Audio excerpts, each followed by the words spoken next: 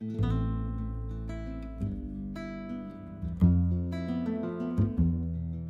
ce soir, c'est le cours, ce cours on va étudier la 8e lettre du Sefer Inyan HaTorah Chassidut du Rabbi. Et pour commencer, en fait, puisque le Rabbi va parler d'un sujet central, puisqu'il va expliquer que la Chassidut correspond à l'essence de l'âme de la Torah, et de même que l'essence de l'âme de l'homme, en fait, il y a un niveau de l'essence de l'âme qui est la source même de la vitalité du corps. On voit que la Torah elle-même, l'essence de la Torah, elle représente la vitalité de tous les mondes. Donc il y a toujours une comparaison qui est faite entre l'âme de l'homme, l'âme d'un juif, et le monde. Donc l'enchaînement des mondes. Et ce sujet de l'enchaînement des mondes, il existe aussi en l'homme, puisqu'on peut parler même de l'enchaînement des mondes en ce qui concerne l'âme.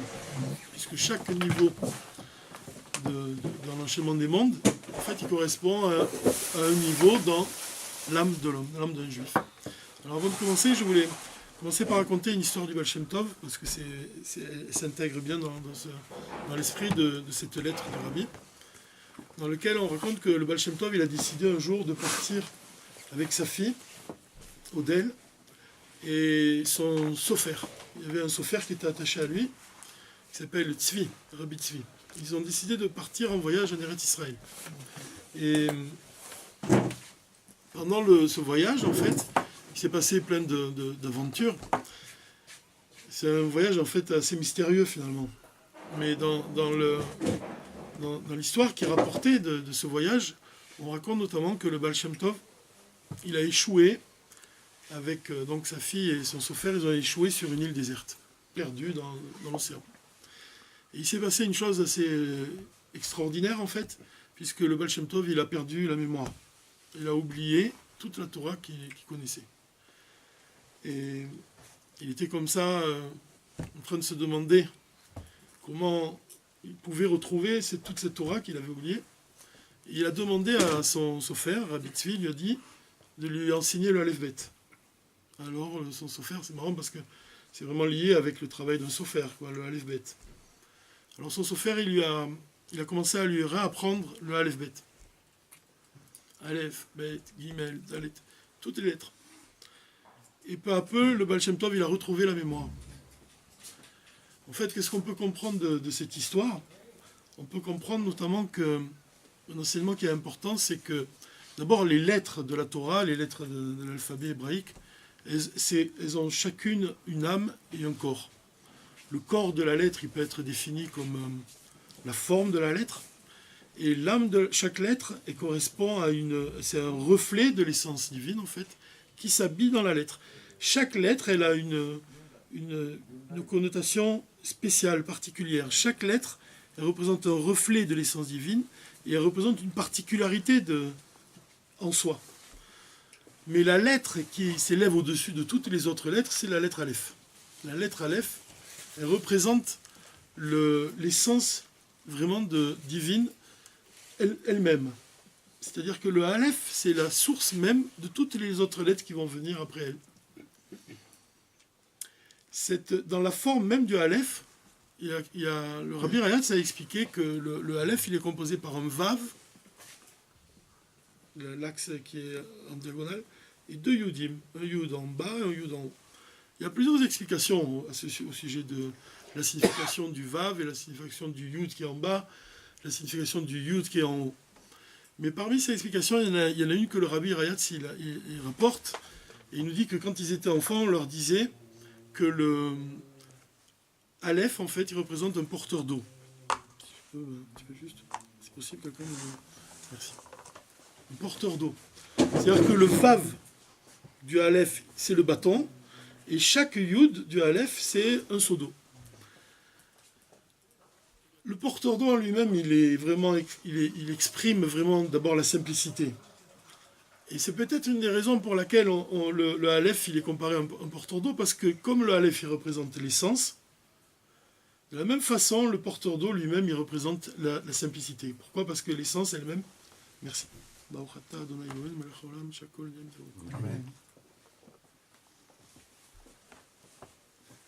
Parce que l'essence elle-même, elle est pachoute. L'essence, elle n'a pas de définition, elle n'a pas de particularité. Elle est au-delà, elle flotte au-dessus de tous les liquides, comme on a dit. Elle est comparée à l'huile pour cette raison. C'est que, comme on a dit même du Mashiach, il plane au-dessus des eaux. L'esprit du Mashiach, il plane au-dessus des eaux. Ça veut dire qu'il n'est pas lié, il n'est pas attaché à une forme en particulier. Il représente l'essence divine qui est abstraite.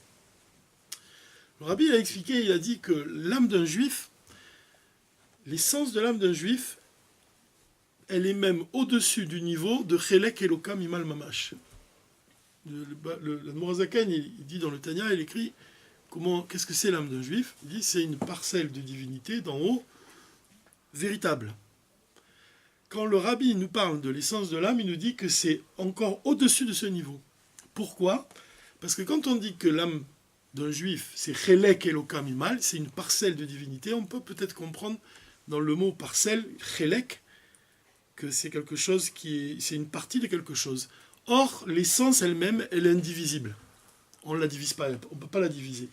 L'essence divine, elle est au-delà de toute division, au-delà de toute composante. C'est ce qu'on a expliqué déjà dans un cours longuement, on a essayé d'expliquer ce que disait l'Admor Ensaya à ce sujet. D'expliquer que l'amour de l'âme juive pour Dieu, elle est au-delà de tous les amours qu'un juif peut ressentir. C'est-à-dire que c'est un attachement qui est au-delà de l'intellect, comme une flamme qui monte d'elle-même sans aucune raison, vers le haut. Inconscient.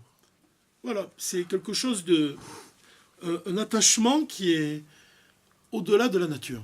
C'est au-delà de la nature. Donc on doit bien comprendre que l'essence elle-même, elle est au-delà de tout, au-delà de toutes les formes, au-delà de toutes les particularités. En ce sens, on prend l'exemple du porteur d'eau. Maintenant, il y a un autre exemple pour exprimer qu'est-ce que c'est le Aleph. On dit que quand Dieu il s'adresse à Moshe dans le Mishkan, par où la voix de Dieu elle passe, c'est entre les deux chérubins qui sont au-dessus de l'arche. C'est écrit là-bas, le Rashi il explique, il dit que la voix de Dieu elle passe entre les deux chérubins. Le Rabbi Yom Tov Lipman, c'était un Dayan qui est à Prague, il a écrit un livre, un alphabéta en fait, où il explique la signification de chaque lettre. Sur le Aleph, il écrit que la voix de Dieu, c'est le Vav. C'est le Vav du Aleph.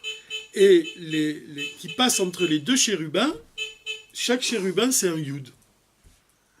Donc Dieu, il s'adresse à Moshe, c'est le Vav du Aleph, et les deux chérubins, ils représentent chaque Yud. Le Yud qui est en haut, le Yud qui est en bas. Et en fait, ces deux Yudim, ces deux lettres, en fait, ces deux petites lettres, on peut les comparer aussi à l'amour de Dieu. Un à l'amour de Dieu, un à la crainte de Dieu. On peut leur donner, on peut dire aussi que c'est un, il correspond à la partie révélée de la Torah, et l'autre, il correspond à la partie profonde de la Torah. C'est même quand on dit que Dieu, il a insufflé, quand Dieu, il a insufflé l'âme dans le corps, on dit c'est par les narines. On peut dire que même les deux orifices des narines, chacun, il correspond à un souffle divin, à une vitalité particulière. Un peut-être qui peut correspondre à la partie profonde de la Torah et l'autre à la partie révélée de la Torah. Mais en fait, l'idée qui est donnée, en plus ici on se trouve à la Yeshiva Or Gabriel, la Yeshiva du Rav Chai Barkatz. Le mot Chai, en fait, même le mot Chai lui-même, c'est un nom, ça veut dire la vitalité. C'est un nom qui va bien, en fait, si on se trouve ici pour étudier la Chassidut dans la Yeshiva de ce Rav. Rien que par son prénom, en fait, il s'accorde totalement à l'esprit du livre qu'on est en train d'étudier, puisque la Chayut, la Chassidut, elle représente la Chayut, la vitalité. Et là, en fait, on va apprendre dans cette lettre un chidouche, quelque chose qui est nouveau, quelque chose à laquelle on n'est pas habitué. On n'est pas habitué.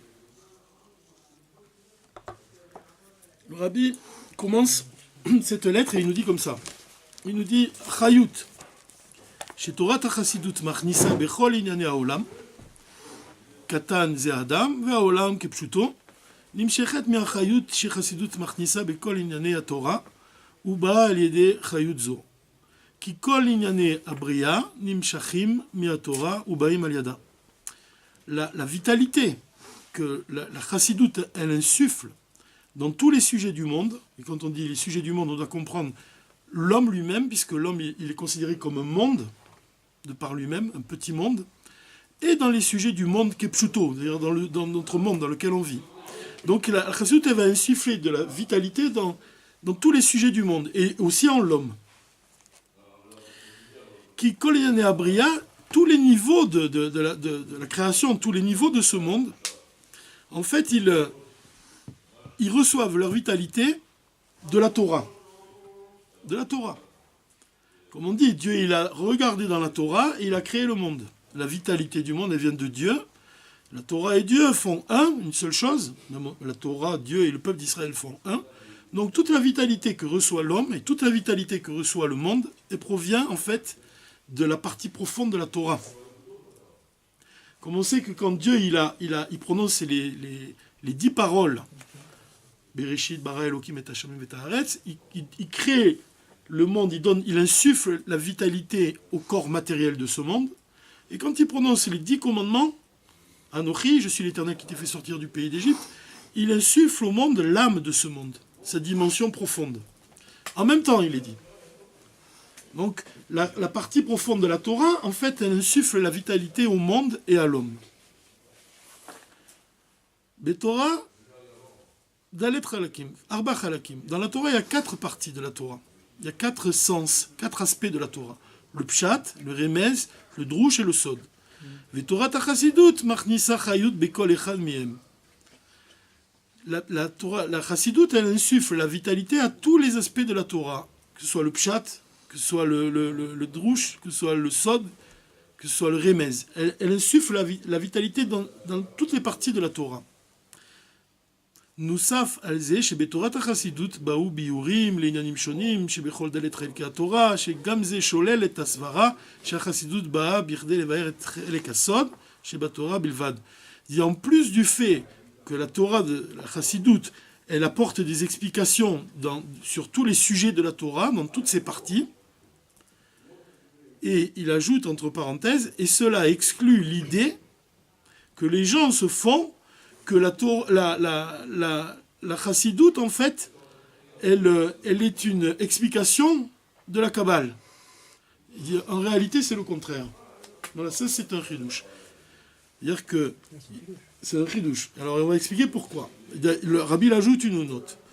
Voir dans Torah de Shalom, au début de la page 172, et il est écrit là-bas que le monde pense que la Chassidut est une explication de la Kabbalah, c'est une erreur. Voilà, c'est écrit ici, vous voyez, dans ce livre-là, dans le Torah de Shalom. Dans le Torah de Shalom, le Sefer HaSichot. Dans ce livre-là, c'est le Rabbi Shalom Dovber, le Rabbi Racham. À la page 172, il écrit, et c'est très intéressant parce que regardez comme il dit, Ukmoken, be Yutet Kislev. De la même façon, le jour de Yutet Kislev, c'est le Uitgalut Ptimiut, c'est le dévoilement de la profondeur de la Torah, Beribouille, de manière large. Ve'aflaga beyoter, mikmo belag baomer, encore plus que le jour de l'Ag Baomer, il dit. Et comme on sait, quand on dit que la Chassidut c'est une explication du Zohar, en fait c'est une erreur, parce qu'en réalité c'est le contraire. Alors ça signifie quoi? Ça signifie que, qu'est-ce que ça signifie?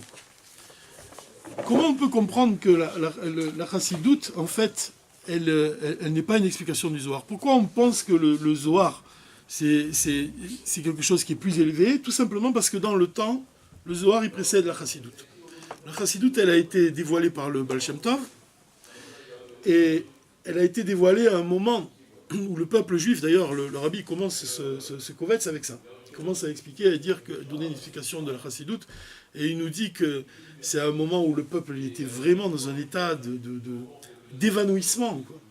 Persécuté par les pogroms, accablé par la souffrance, par la douleur sous toutes ses formes. C'est là qu'apparaît le Baal Shem Tov, et c'est là qu'il insuffle la vitalité nouvelle, en fait, et l'enseignement de la Chassidut. Alors, elle est apparue bien après le livre du Zohar. Comment, pourquoi alors, à ce moment-là, on dit qu'elle constitue l'essence de la Torah? Et la réponse, elle est que le rabbi nous explique que quand on fait un chidouche dans la Torah, quand quelqu'un il a une idée, il a le mérite de révéler un enseignement de la Torah qui n'a pas été révélé jusqu'à présent, en fait ce chidouche-là, cette nouveauté, elle a déjà été donnée à Moshe au Mont Sinaï. Maintenant, il a le mérite, cet homme-là, ce juif-là qui fait un chidouche, de le révéler maintenant. Il a ce mérite-là. C'est un mérite qu'il a. et il dévoile. Mais pourquoi maintenant? C'est parce que c'est maintenant qu'on en a besoin. C'est-à-dire que chaque ridouche qu'un juif fait, il arrive à un moment dans le temps où on a besoin de ce ridouche. La chassidoute, elle est arrivée à un moment où on a eu besoin d'elle. C'est-à-dire que bien qu'elle ait été donnée à Moshe au Mont Sinaï, elle va être révélée au Baal Shem Tov, qui va la dévoiler à son tour à tout le peuple juif, parce que c'est à ce moment précis que le peuple juif il a besoin de cette vitalité nouvelle, puisqu'il va être réveillé par l'enseignement du Baal Shem Tov. Donc en fait, ici le rabbi il dit qu'on doit comprendre vraiment que la chassidoute, elle vient même nous expliquer le Zohar. Elle vient nous expliquer chaque partie de la Torah. Elle vient donner un sens nouveau à l'étude qui avait été faite auparavant. Alors par exemple, on va donner un exemple en fait, vous allez voir. La Gemara, dans le traité Nida, on explique dans le traité Nida, il y a une page, à la page 30 B, c'est écrit que Rabbi Simlai, il dit comme ça, il dit « À quoi ressemble un embryon dans le ventre de sa mère ?» Vous connaissez cette Gemara? Il nous explique, il nous dit « À quoi ça ressemble l'enfant, l'embryon qui est dans le ventre de sa mère ?» Alors il répond à un document plié. Un document qui est plié. Il a les mains sur les tempes, les coudes contre les jambes et les talons contre les fesses. Sa tête repose entre ses genoux, sa bouche est close, son nombril ouvert. Il mange de ce que mange sa mère et boit de ce qu'elle boit. Il ne fait pas d'excréments, autrement dit, il tuerait sa mère. Aussitôt qu'il sort à l'air libre, les organes qui étaient fermés s'ouvrent et ceux qui étaient ouverts se ferment. Si cela ne se passait pas ainsi, l'enfant ne pourrait pas vivre, pas même un moment. Une lampe brûle au-dessus de la tête de l'embryon. Et il contemple le monde d'une extrême à l'autre. L'embryon, il contemple le monde d'une extrême à l'autre quand il est dans le ventre de sa mère. Ainsi qu'il est dit, quand sa lampe brillait sur ma tête et que sa lumière me guidait dans les ténèbres, dans le livre de Yov. Ne t'en étonne pas, vois. Une personne peut faire un rêve qui se déroule en Espagne, alors qu'elle est ici même. Il n'est pas de ces jours plus heureux pour l'homme, car il est dit « Oh, que ne puis-je être comme au mois du passé, comme au jour où Dieu me gardait. » Quelle est en effet la période qui se compte en mois, mais non en années? C'est bien la grossesse. Toute la Torah est enseignée à l'embryon. Car il est dit « Il m'instruisait alors et il me disait que ton cœur retienne mes paroles. Observe mes commandements et tu vivras. » Et aussi quand Dieu veillait en a mis sur ma tente. Donc vous voyez, toute cette description en fait de l'embryon quand il est dans le ventre de sa mère, elle se poursuit, puis la Gemara nous dit, dès que l'enfant vient au monde, un ange s'approche de lui, s'approche et lui donne une tape sur la bouche, qui lui fait oublier la Torah tout entière. Ça nous rappelle un peu l'histoire du Baal Shem Tov, qui oublie toute la Torah, puisqu'il est dit, le péché est tapis sur le seuil. Il ne sort du ventre maternel qu'après avoir prêté serment, car il est dit « Tout genou fléchira devant moi, toute langue jurera, tout genou fléchira devant moi » est une allusion au jour de la mort, puisque devant lui s'inclineront tous ceux qui descendent dans la poussière. Toute langue jurera fait allusion au jour de la naissance, puisqu'il est dit « Celui qui a les mains innocentes et le cœur pur, celui qui n'évoque pas ma personne en vain, et ne jure pas pour tromper. » Et quel serment exige-t-on du nouveau-né? On lui dit « Sois un juste et non un méchant, même si le monde entier t'affirme que tu es injuste, considère-toi comme un méchant. Sache que le Saint béni soit-il est pur, que ses officiants sont purs, ainsi que l'âme qu'il t'a donnée. Si tu la conserves pure, très bien, sinon je te la reprendrai. » Vous avez vu? Ça c'est repris dans le Tania. Et alors c'est ça le point. Le Harizal, il dit que ce passage-là de la Gemara, en fait, il nous parle de quoi? De l'embryon qui est dans le ventre de sa mère. Le Harizal, il explique que l'enseignement profond qu'on peut tirer de cette Gemara, c'est qu'on ne parle pas de l'embryon qui est dans le ventre de sa mère, seulement on parle de la formation de l'âme juive dans les mondes supérieurs. Maintenant, il faut être le Harizal pour voir dans les mots, pour comprendre, avoir l'esprit, le roi HaKodesh, pour transmettre en fait la profondeur de ce qui est écrit. Mais à travers les mots de la Gemara, le Harizal, il nous dit, sache que c'est pas seulement, on ne parle pas seulement de l'enfant qui est en train de naître. En fait, l'âme, avant de descendre dans le corps, elle est créée, et lui-même, il va trouver des explications. c'est le Harizal. On doit comprendre que le Harizal, c'est un très grand kabbaliste. Hein. On doit comprendre qu'est-ce que c'est, en fait, la Kabbale et qu'est-ce que c'est la Chassidoute. Quelle est la différence entre les deux, véritablement? J'ai cherché un exemple pour expliquer. Et en fait, quand on lit les explications, quand on fait le tour des commentaires, et puis comment on explique qu'est-ce que c'est la Kabbale, on va nous dire, en fait, c'est comme une représentation, en fait, du corps, en fait, divin, de manière, en fait, tout ce qui est spirituel. On donne une description, en fait, des mondes supérieurs. On donne une description des mondes supérieurs, on donne une description, en fait, pour expliquer des concepts divins, pour décrire un peu qu'est-ce que c'est la manifestation de Dieu dans les mondes. Je trouvais cet exemple un peu abstrait, et je me suis dit, en fait, on pourrait le dire autrement. On pourrait dire qu'en fait, la Kabbale, c'est comme une carte. Vous savez, quand on est enfant, on joue à la carte au trésor. En fait, le trésor, on pourrait dire que c'est la Chassidoute. Et la carte des fonds marins, on pourrait dire que c'est le Zohar. Ça veut dire que le Zohar en lui-même, il ne véhicule pas l'essence de la Torah. L'essence de la Torah, elle est véhiculée par la Chassidoute. C'est pour ça qu'on peut la comparer à un trésor. C'est-à-dire qu'avec une carte, c'est bien, on peut savoir où on se trouve, mais on n'a pas réellement, elle n'exprime pas réellement, cette carte, l'intention profonde. Elle n'exprime pas réellement notre travail de manière concrète. Ça s'exprime davantage avec l'idée d'un trésor. Un trésor, c'est ce vers quoi on tend, une recherche perpétuelle. Comme ça, on cherche, on essaie de découvrir ce trésor. La Chassidoute, elle nous apprend que ce trésor, en fait, c'est l'amour et la crainte de Dieu. C'est le fait de s'attacher à la profondeur de la Torah, à connaître, apprendre à aimer Dieu, à apprendre à aimer un juif. Tout ça, la Chassidoute, elle nous l'enseigne. Maintenant, le livre du Zohar, il va nous donner des repères. Il va nous expliquer comment sont les mondes supérieurs. Il va nous expliquer ce que c'est l'enchaînement des mondes.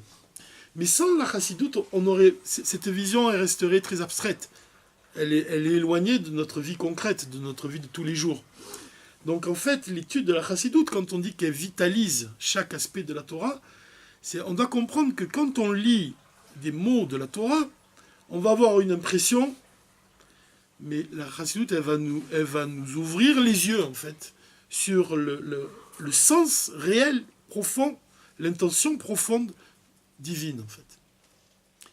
Quand on dit que l'essence de l'âme elle se révèle chez un juif, si tu dis que l'essence de l'âme, elle est enracinée dans l'essence divine, en fait, qu'est-ce que ça signifie que l'essence de l'âme elle se révèle en toi? Réellement, ça signifie que Dieu, il agit avec toi. On a essayé d'expliquer. C'est-à-dire que ton sérel, ton intellect, il va s'unir à l'intellect divin. L'image de Moshe, quand il rentre, il monte, il rentre à l'intérieur du nuage. Dieu, il fait un chemin dans le nuage et il arrive sur le sommet du Har Sinaï et il étudie avec lui pendant 40 jours et 40 nuits, sans manger. Ces 40 jours, c'est aussi une allusion au mikvé, à la pureté. Dieu, il lui enseigne la Torah. Dire le fait de révéler l'essence de l'âme d'un juif, c'est comme si que Dieu lui-même, il t'explique la Torah. Il te l'explique. Quand Rabbi Shimon il quitte ce monde, c'est pas un peu le sens de ce qu'il dit? Quand il est parti de ce monde, on dit que... Quand il quitte ce monde, il dit ne pleurez pas, je serai plus proche d'Akadosh Baruch Hu, je serai uni avec Akadosh Baruch Hu. C'est pas le même. Bien sûr, c'est la même chose. On dit que quand Moshe Rabbeinu est né, on dit que la maison de Moshe s'est remplie de lumière. Et on dit que quand Rabbi Shimon Bar Yochai il a quitté ce monde, on dit que tous ses élèves ils étaient autour de lui et ils écoutaient les secrets de la Torah et on dit que Dieu lui-même il était dans la pièce. C'est-à-dire que c'est le niveau de l'âme, en fait, qui est uni à l'essence divine, mais de manière révélée, qui se révèle en lui. Alors, quand on voit maintenant que dans ce texte-là, le Harizal, il va comprendre que l'enfant qui est dans le ventre de sa mère, et qui étudie toute la Torah de Dieu, parce qu'en fait, quand il dit « une lampe brille au-dessus de ma tête », c'est une allusion à Kadosh Baruch Hu, à Dieu qui enseigne la Torah, à l'enfant. Et on doit comprendre en fait que c'est la formation de l'âme, que Dieu il crée l'âme. à ce moment-là, dans les mondes supérieurs. En même temps, l'enfant il grandit dans le ventre de sa mère, et en même temps, je ne sais pas exactement comment ça se passe, mais j'imagine à peu près ce qu'elle est l'intention, c'est qu'en même temps, l'âme, elle se forme. Maintenant, qu'est-ce qui se passe au moment où l'âme, elle doit descendre dans le corps? L'âme n'est pas déjà formée. Comment? L'âme n'est pas déjà formée. Dans ce qu'il dit là, il dit qu'avant, on parle de la formation de l'âme. De l'âme première. Oui, de l'âme. Elle est formée ensuite, à la fin de sa formation, elle va prêter serment. On lui dit quel serment elle va prêter devant Dieu. Elle va lui dire sois injuste et ne sois pas méchant. Et même si tout le monde te dit que tu es injuste, alors tu te verras à tes yeux comme c'est important dans le Tanya, on dit pourquoi on dit comme un méchant. Parce qu'en fait, on fait allusion au Benoni. Le Benoni, c'est pas un rachat. C'est pas, quand on dit comme un méchant, ça signifie que tu dois te considérer comme un Benoni. C'est-à-dire que tu as le pouvoir de soumettre le mal. Tu n'es pas un rachat. Tu dois te considérer comme un méchant. Dire ce serment que fait l'âme à Dieu, avant de descendre dans le corps, le Tanya, il commence avec ça. Le Tanya, il commence avec ça. Ça commence avec ça. C'est-à-dire que le Tanya, il fait 53 chapitres. C'est la valeur numérique de Gan. J'ai toujours pensé que Batil et Gani, quand on dit « je suis venu dans mon jardin », ce discours chassidique du Rabbi Rayatz, qui a été repris par le Rabbi, dire que Dieu, il est venu, en fait, dans l'endroit, dans ce monde-là. Ce monde-là, c'est l'endroit où il a, entre parenthèses, il a grandi. Et c'est dans ce monde-là matériel qu'il veut faire sa demeure, tu vois, qu'il veut vivre dans ce monde, on doit faire pour Dieu une demeure dans ce monde. Batil et Gani, ça indique, ça signifie la révélation de Dieu dans ce monde. On raconte que le Balatania, quand il était jeune, il était en train de dormir. Il était à la yeshiva chez le Maguid de Mezrich, puisque le Baal Shem Tov, il a voulu qu'il ait pour maître le Maguid. Il était en train de dormir, c'était le plus jeune des étudiants. Et le Maguid est rentré, et un jour, il regardait tous ces étudiants en train de dormir. Et il passe devant l'Admour Hazaken. Et il a regardé l'Admour Hazaken, et il a dit, comme ça, il a dit, comment un Dieu aussi grand, il peut se révéler dans un corps aussi petit, quoi, le corps d'un enfant. Ce qui est marrant, c'est que le Rabbi Zouché Manipoli a dit la même chose du livre du Tanya. Il a dit comment un Dieu aussi grand peut rentrer dans un livre aussi petit. Cette idée-là, elle est importante, quoi, parce qu'on voit même que Dieu, il est capable d'accorder l'infini avec le fini. Comme on voit dans l'arche, elle contient l'étape de la loi. L'arche, tu peux la mesurer, en même temps, elle ne prend pas de place dans le Kodesh HaKodashim. De la même façon, on dit du Mashiach, que le Mashiach lui-même, d'un côté, c'est un être de chair et de sang, et de l'autre côté, il est l'envoyé d'Akadosh Baruch Hu. Il est comme l'envoyé d'Akadosh Baruch Hu, un envoyé dans la Torah, dans la Halacha, il est considéré comme celui qui l'envoie. Ça veut dire que le Mashiach, il a quelque chose de divin en lui. Ça veut dire que d'un côté, c'est un être de chair et de sang, de l'autre côté, c'est quelqu'un qui est divin. Et il allie les deux en même temps. Ça veut dire c'est la faculté des tzadikim, et qui se sont occupés à la partie, vraiment, à ceux qui sont consacrés à l'étude de la partie profonde de la Torah, d'unir deux choses qui s'opposent. D'unir l'infini avec l'infini. Donc on doit comprendre que quand on parle ici, dans cette Gemara, tu vois, si tu lis la Gemara telle que tu l'as lue, alors tu te dis, tiens, ça parle d'un enfant, l'embryon, il apprend toute la Torah, il est dans le ventre de sa mère, et puis comment il mange, comment il boit, comment il vit. Avec le Harizal et avec même ensuite l'Admour Hazaken, avec tous les maîtres de la Chassidoute, tu vas apprendre qu'en fait, ça va te propulser en fait dans les mondes supérieurs. Et tu vas apprendre en fait que l'âme, avant de descendre dans le corps, ait fait le serment à Dieu. Tu vas comprendre, ils vont t'enseigner en quoi consiste ce serment, en quoi consiste la mission de ce juif dans ce monde. En fait, qu'est-ce que tu fais quand tu es devant une carte, en fait, et que tu as un trésor et puis tu as des fonds marins. Comment tu te diriges avec cette carte? Qu'est-ce qui anime ton désir? J'ai toujours pensé que l'exemple d'une barque, si tu prends une barque et tu la laisses voguer sur la mer, tu vois, avec les vagues, elle va aller une fois à droite, une fois à gauche. Si tu mets un capitaine sur cette barque, sur ce navire, tu mets un capitaine avec des boussoles, avec des cartes marines, il va savoir manier les voiles, il va savoir comment utiliser la force du vent, utiliser le soleil pour se diriger, utiliser les astres pour savoir où il en est. C'est-à-dire tout ce qui va l'aider dans son service divin, tu peux le trouver dans la chassidoute. La chassidoute, elle va donner en fait le sens, c'est ce qui veut dire le rabbi ici, qu'elle vitalise chaque aspect de la Torah. Quelqu'un qui a seulement une vision matérielle de la Torah, il va avoir beaucoup de connaissances, mais il va lui manquer en fait la connaissance du trésor. Pourquoi il agit? Pourquoi? Dans quel but? Quelle est la raison des commandements? La raison des commandements va être dévoilée avec le Mashiach. La Chassidoute, elle nous enseigne par exemple quelque chose qui est vraiment... Quand on te dit que tu dois... Quand on étudie la mitzvah de la vache rousse, personne ne la comprend. Et alors la Chassidoute, elle vient te dire, c'est précisément pour ça que Dieu nous la donne. C'est parce que tu ne la comprends pas. Donc parce que tu dois servir Dieu sans même comprendre. Ça, c'est déjà une raison. Dire, ça nous enseigne le bitou, la soumission.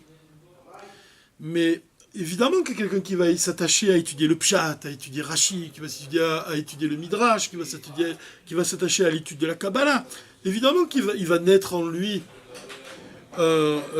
l'amour et la crainte de Dieu, qui va naître en lui, qui va s'élever considérablement. Mais il va lui manquer de l'essence. L'essence même de la Torah, donc c'est par la chassidoute qui va lui donner.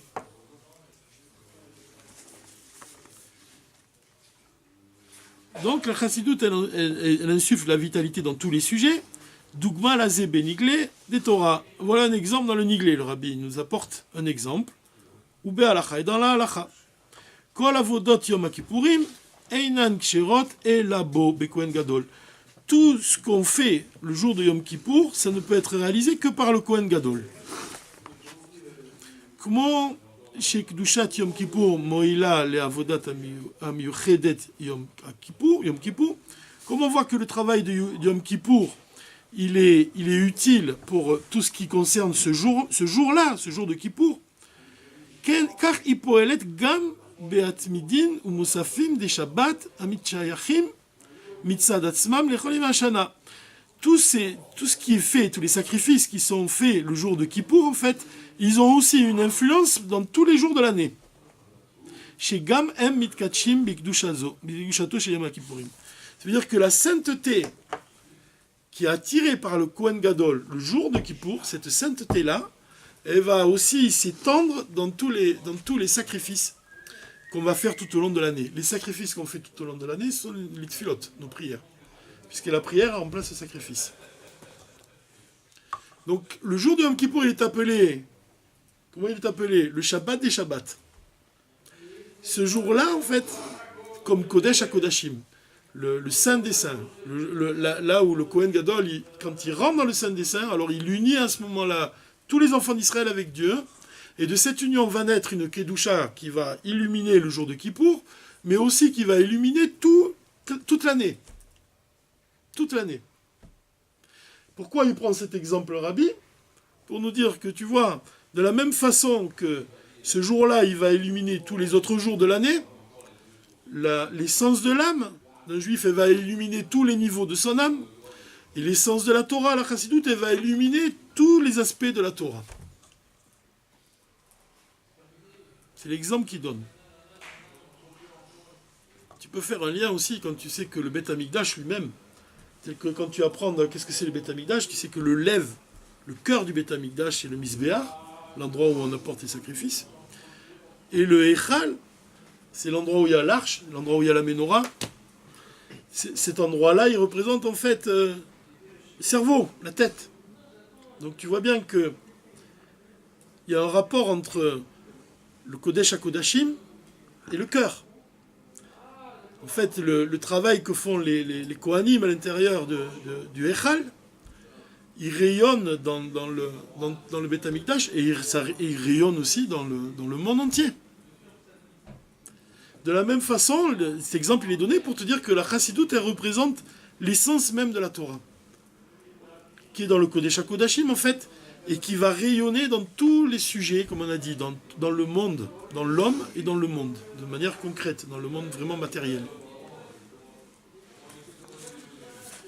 Visible, sous-entendu visible. Visible. Même en plus, ce qui est intéressant, en fait, le point qui va être développé par la suite, c'est que dans quelle partie, en fait, tu révèles l'essence, où elle se révèle vraiment de manière concrète et véritable l'essence divine, dans l'acte, dans l'action. C'est intéressant parce que l'action, c'est considéré comme c'est le niveau le plus bas. C'est le talon. L'action. L'action par rapport au cerveau, le divin il se dévoile plus dans le cerveau. C'est quand un homme il appréhende un concept divin, qu'il étudie avec les forces de son intellect. Un niveau plus bas, c'est le cœur, et le niveau encore plus bas, c'est l'action. Quoique c'est Marcellec, il écrit, dans le Hora-Torah, il explique que des fois, c'est le cœur qui domine le cerveau. C'est marrant parce que dans la Torah du Tanya, on nous enseigne que le cerveau domine le cœur. Et d'ailleurs, c'est comme ça que ça doit se passer. Un homme, il doit dominer ses impulsions, il doit se raisonner. Comment on peut, par exemple, quand on se met en colère, comment on peut éteindre la colère en un instant? C'est quand tu arrêtes de penser à ce qui t'a mis en colère. Tu changes de pensée, tout de suite, la colère, elle va s'effondrer. Parce que ce qui l'a fait vivre, la vitalité qui insuffle la vie à la colère, si tu la remplaces par une bonne pensée, elle va plus exister, elle n'a plus de raison d'être. Donc on voit que le cerveau, il doit dominer le cœur. Mais c'est Martinez qui dit qu'il y a des fois où c'est le cœur qui domine le cerveau. Quand? Au moment de Kippour, Dafka. Le moment de Kippour, c'est le moment où Dieu il va révéler Yechida, l'essence de l'âme de chaque juif. Quand le Kohen Gadol il rentre dans le Kodesh HaKodashim. Oui, c'est ça. Oui, c'est le lien, en fait, l'intermédiaire entre Dieu et les hommes, il se fait dans le Kodesh HaKodashim. C'est ce qui va, quand le Kohen y rentre, il représente le lien entre... C'est la révélation de la Yechida de chaque Yehudi. Oui. Et ça se fait, en plus, ce qui est beau, c'est que c'est le seul jour où il y a 5 tfilotes. Il y a 5 prières. 5 parties. Et 5 parties de l'âme. Tu vois, ça veut dire que la Yechida elle-même, elle va briller dans chaque prière. Dans le jour même de Yom Kippour. Mais pas seulement dans le jour même, elle va rayonner aussi toute l'année. Et aussi, ce qui est intéressant, c'est de voir que la Neila, c'est entre Mincha et Arvit. La 5e prière. Eh bien, le Harizal, il dit que l'essence de l'âme, elle se révèle le Shabbat entre Mincha et Arvit aussi. Donc on peut dire que la Neila, en fait, il y a aussi peut-être une Neila tous les Shabbats. Tous les Shabbats, c'est Razin des Razin, d'après la Kabbalah, ça veut dire que c'est un moment où on reçoit un dévoilement qui s'exprime par un amour de Dieu au-delà de l'intellect. Ahava Rabba. L'exemple qui est donné dans la Halacha, c'est celui d'un lion. C'est écrit dans le traité Yoma que quand un juif il amène un sacrifice, ça je l'ai déjà dit au cours, mais ça s'inscrit là aussi, il y avait un lion qui descendait du ciel et qui consumait le sacrifice. Dans la partie profonde de la Torah, la Mourazakan il vient te dire que ce lion qui descend du ciel et qui consume le sacrifice, c'est l'amour de Dieu qui consume l'âme animale. C'est-à-dire que l'âme animale, elle est attirée par des plaisirs grossiers. Le lion, l'amour de Dieu, il descend, il va consumer, il va transformer l'âme animale et elle va se soumettre en fait à l'âme divine. Et elle va quoi ? Elle va se mettre à aimer Dieu. Donc tu vois que ce qui se passe dans le Beth Amikdash, ça se passe dans notre Beth Amikdash à nous. Quand on dit qu'une lumière nouvelle descend de Keter, de la séphira de Keter, elle va illuminer Chochma, c'est la première séphira du monde Atzilut, et ensuite elle va descendre dans les mondes jusqu'à descendre dans notre monde. De la même façon, tu vois ça chez l'homme. Tu vois que chez l'homme, il y a une lumière qui va illuminer le plus haut point de son intellect, la faculté de Chokhmah. Et même on dit que Chokhmah, il a 2 aspects. D'un côté, c'est vrai que c'est la première démarche de l'intellect, mais un aspect supérieur qui est au-delà de l'intellect. En fait, c'est la capacité qu'elle a d'être battelle au divin, de recevoir le divin. J'avais établi une comparaison avec le Kodesh HaKodashim. Vous savez que dans le Kodesh HaKodashim, il y a un étage où il y a des fenêtres et il n'y a rien dedans. Rashi, il appelle cet espace-là la chambre des lits. Comme ça, c'est écrit dans le Chumash, la chambre des lits. Cette pièce-là, en fait, c'est une pièce où on avait caché un enfant, parce qu'il était poursuivi, on voulait atteindre à sa vie, il avait été caché, c'est le fils d'un roi d'ailleurs, il avait été caché dans cette pièce-là. En fait, le roi qui est caché en haut, dans le deuxième étage du Kodesh HaKodashim, en fait, c'est l'essence de l'âme, avec ses fenêtres ouvertes. C'est la capacité, le Rabbi Rachab il explique dans la source, il dit c'est l'élément ma de l'âme. Ma, ça signifie le bitoul. C'est-à-dire que l'âme, il y a un aspect de l'âme où elle reçoit le divin et s'annule totalement au divin. C'est l'aspect supérieur de la chokhma d'un juif. Et le second aspect qui est inférieur, c'est quand l'idée est née dans son esprit. Cette idée, elle va naître dans son esprit, il va l'analyser, puis il va tellement l'analyser, il va tellement l'approfondir qu'il va ressentir un sentiment dans son cœur. Et ce sentiment dans son cœur, il va le pousser à agir. C'est ça l'enchaînement de l'homme, l'enchaînement des mondes dans l'homme lui-même. Parce que c'est ce qui se passe dans le monde. Dieu, il envoie une vitalité nouvelle quand on sonne du chauffard le jour de Rosh Hashanah. Et cette vitalité nouvelle, elle va se répandre dans les mondes jusqu'à descendre. Vous savez qu'on dit que chaque monde, il correspond il correspond au cerveau, l'autre il correspond au cœur, l'autre il correspond à la parole. Donc il y a vraiment ce parallèle entre les mondes et l'homme. Ça confirme qu'on dit de l'homme que c'est un petit monde en lui. Donc cet grand amour qu'on reçoit le jour de Kippour, on le reçoit aussi au moment du Shabbat. Puisque le jour de Kippour, Dieu il va révéler l'essence et on va tomber amoureux de lui. Quand on crie Shema Israël, Hashem Elokeinu, Hashem Echad, c'est un cri d'amour. On révèle notre amour pour Dieu. En plus, on dit Avot, Baruch, Shem, Kevod, Malchut Olam Vaed, pour signifier qu'en fait, que ce qui est caché, ça se révèle à ce moment-là. C'est-à-dire, ce grand amour de Dieu qu'on a le jour de Kippour, on l'a tous les Shabbats entre Mitra et Arvit. Et c'est l'explication quand on dit que celui qui se fatigue toute la semaine, il mangera le jour du Shabbat. Il mangera comme le lion qui vient manger le sacrifice. Ce lion, en fait, qui vient manger le sacrifice, il représente le grand amour de Dieu. Le lion, il est comparé à l'amour. Sois fort comme le lion. Et en fait, comment tu provoques cette révélation le jour de Shabbat?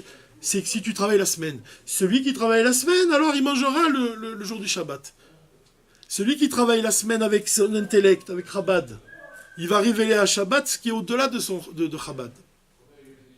Donc ça veut dire que tu dois d'abord te nourrir de la partie cachée, profonde, la partie révélée de la Torah, et que la partie profonde de la Torah, elle va insuffler une vitalité nouvelle à ce que tu as étudié.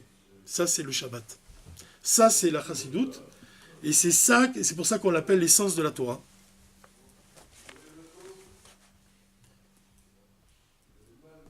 Vechen ou gam benoga le Torah Chassidoute, Prinat Shabbat Shabbaton. La chose, elle est ainsi aussi, pour la Chassidoute elle-même, elle est du niveau le Shabbat des Shabbat, Shabbat Torah. Chez Poelet, I Bechol Chelke Torah. Elle agit sur toutes les parties de la Torah, qui, Dalet Achalakim, Pshat, Remez, Drush, Sod, Shabbat Torah, Em Dalet Aprinot, Nefesh, Roar, Neshama, Chaya, Shabbat Torah. Parce que les 4 parties, le Pshat, le Remez, le Drush et le Sod qui sont dans la Torah correspondent avec les 4 niveaux de Nefesh, Roar, Neshama, Chaya, Sheba Torah. Vetorah ta Chassidut Prinat Yechida Sheba Torah. Et la Chassidut, c'est donc le niveau de Yechida de la Torah. Ou Mitzad Gilou ya Yechida mit alim gam Nefesh, Roar, Neshama, Chaya, Kaniska. Leil. Et le fait que tu vas dévoiler l'essence de ton âme, c'est-à-dire la Chassidut, alors tu vas élever même Nefesh, Roar, Neshama, Chaya, Keniska, comme on l'a dit plus haut. Tu vas dévoiler tous les autres niveaux de la Torah. Ça, c'est une idée, en fait, que tu peux trouver dans le Mahamar du Rabbi Ve'atat Tetzavé. C'est ça la grandeur du Rabbi. Vraiment, la grandeur du Rabbi, elle est là. Parce que le Rabbi, il te dit dans son Mahamar, dans son discours, elle est là entre autres, il te dit dans le Mahamar dans son discours, tu ordonneras aux enfants d'Israël de t'apporter de l'huile concassée d'olive pure pour allumer le luminaire de la menorah. Il te dit que les enfants d'Israël qui amènent de l'huile pure à Moshe, c'est pour allumer la menorah, mais c'est pas seulement que en fait, les enfants d'Israël, en fait, l'explication que donne le rabbi, c'est que grâce à cette action, ils vont dévoiler l'essence de leur âme, en fait. Ils vont se briser eux-mêmes pour aller chercher quelque chose au plus profond d'eux-mêmes. Et ils vont révéler en fait la plus belle part, leur plus belle part. Ils vont agir, tu vois, avec du profond de leur cœur, ils vont dévoiler l'essence de leur âme. Et ils vont sortir quelque chose de pur, de beau, de grand. Donc grâce au fait que Moshe, il leur donne l'ordre de briser des olives, c'est par l'action de Moshe qu'un juif, il va révéler le plus haut niveau de lui-même. Mais le rabbi, il dit plus que ça. C'est que grâce au juif, le juif, il va élever Moshe aussi. Et ça, c'est ça pour ça que je parle vraiment de grandeur. C'est que, d'abord, le Rosh Béni Israël, c'est les rabbis, le Moshe de la génération, de chaque génération. C'est le rabbi, c'est la tête. C'est le Moshe de la génération. Mais tous les enfants d'Israël, ils représentent les pieds. Et le rabbi, il te dit, la tête, elle ne peut pas aller à un endroit sans les pieds. Ça veut dire que le rabbi lui-même, il est élevé par l'action de ses chassidim. Ça veut dire que si tu t'attaches à suivre les instructions du rabbi, mais tu t'attaches de manière vraiment profonde, que tu le fais de tout ton cœur, tu vois, de toute ton âme, tu élèves celui qui t'a envoyé accomplir cette mission. Quand le rabbi il a prononcé la première sikha, quand il est devenu rabbi, il a raconté l'histoire de son beau-père. Il a dit, quand mon beau-père, il a envoyé un chassid, et le chassid, il devait partir accomplir une mission. C'est certain qu'il doit accomplir la mission telle que le rabbi lui a demandé. Il ne doit pas aller ni à droite ni à gauche, il doit faire ce que le rabbi lui a demandé. Exactement. Ah, on t'a demandé d'aller enseigner le Aleph-Bet à des enfants, tu dois enseigner le Aleph-Bet à des enfants du mieux que tu peux. On t'a demandé d'aller chercher des juifs qui se sont égarés et de leur donner des cours de Tanya, tu dois faire exactement ce que le rabbi t'a demandé. Mais quand il accomplit cette mission-là, il te dit, il doit se demander, cet homme-là, il doit se demander, ce chassid, s'il n'y a pas une mission plus profonde qui se cache dans la mission qu'il est en train d'accomplir. Et il prend l'exemple du Zohar, il te dit qu'une écorce recouvre une autre écorce. Ça veut dire que ta mission, elle cache une autre mission, qui est plus profonde. Donc tu vois que ta mission, en fait, elle correspond au niveau de l'âme qui s'habille dans le corps. Comme on l'a dit ici, les 4 interprétations de la Torah. C'est ta mission. Mais la mission plus profonde qui se cache dans ces 4 niveaux-là, c'est de révéler l'essence de la Torah. Et c'est de révéler en toi, en fait, l'essence de ton âme. Ça veut dire que quand tu agis, et tu te maintiens, tu vois, tu as ta carte marine là devant toi, et tu es là, et tu te repères, et tu suis ton parcours, tu fais ce que le rabbi t'a demandé, c'est ta mission. Mais la mission plus profonde, c'est le trésor qui se cache à l'intérieur de cette mission. Comme une écorce, ça recouvre une autre écorce. C'est pour ça qu'ici, dans cette lettre, en fait, l'essentiel, il est donné.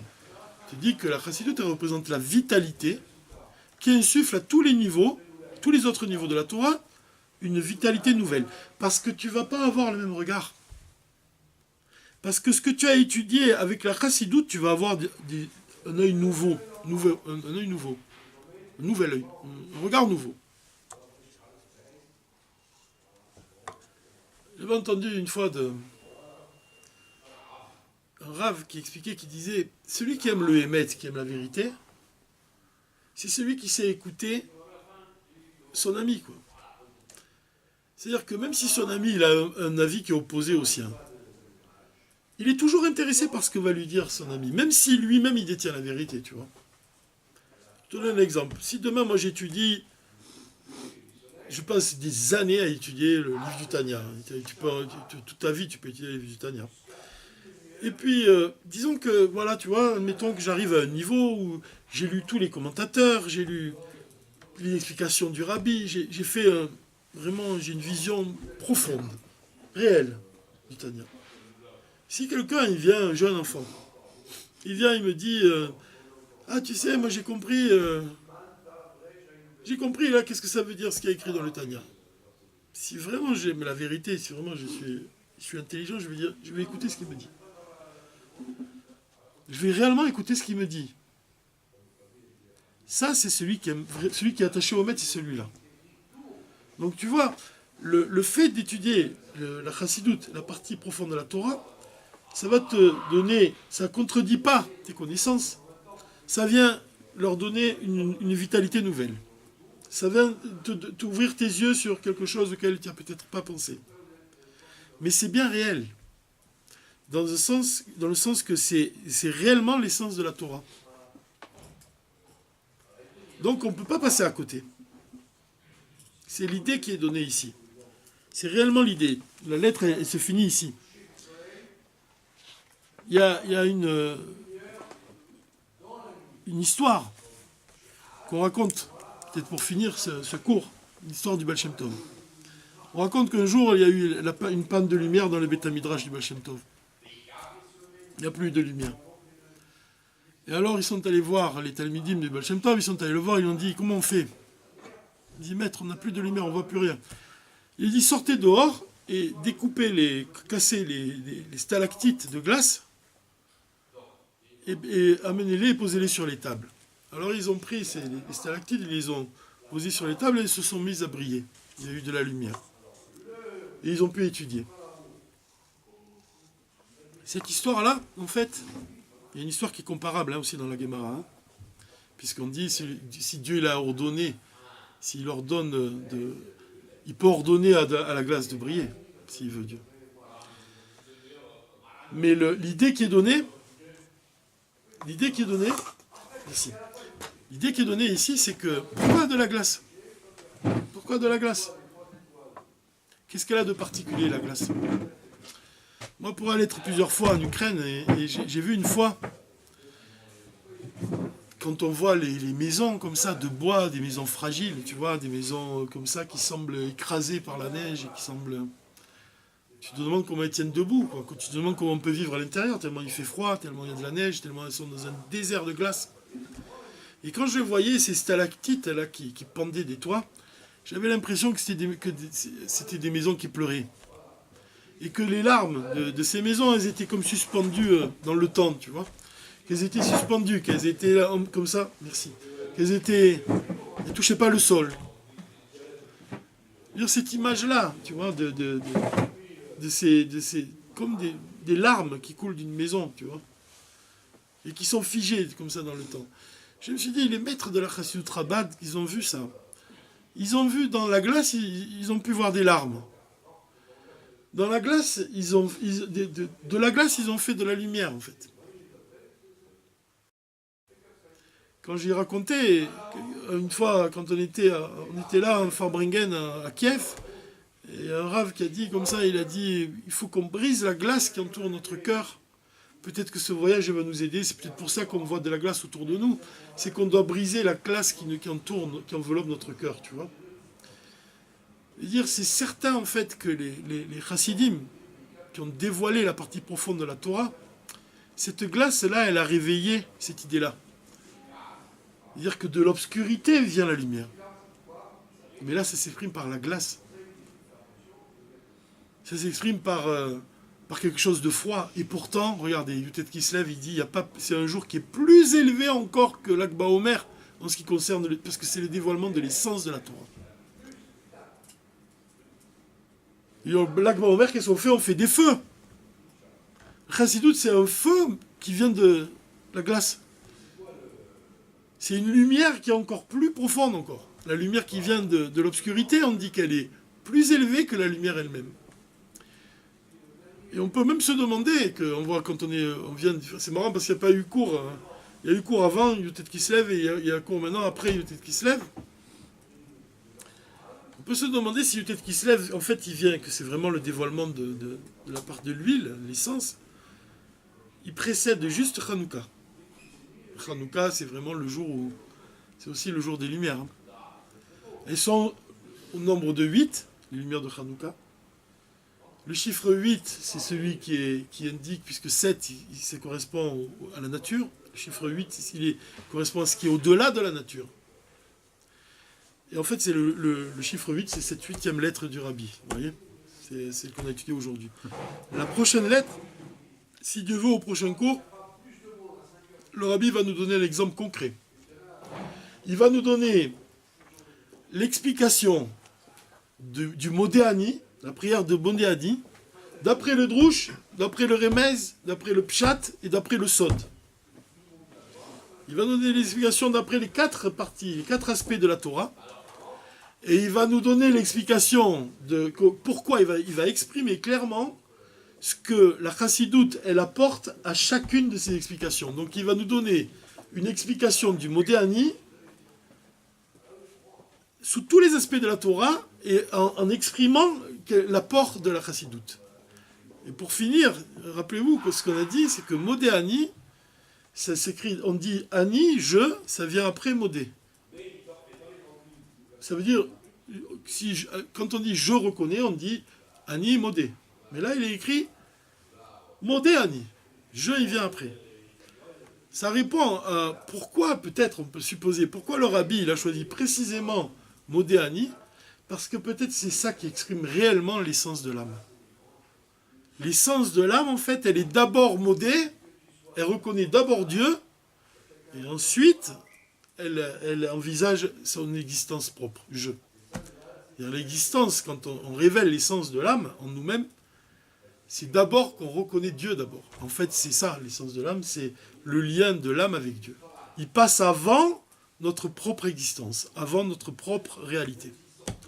Voilà, on peut finir le cours là-dessus.